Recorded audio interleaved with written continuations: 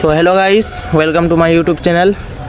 তো এর আগে আমি একটা চ্যালেঞ্জ রেখেছিলাম, যে চ্যালেঞ্জটা হলো যে যার কমেন্টে বেশি লাইক থাকবে তাকে একটা গিভঅ্যাওয়ে দেওয়া যাবে।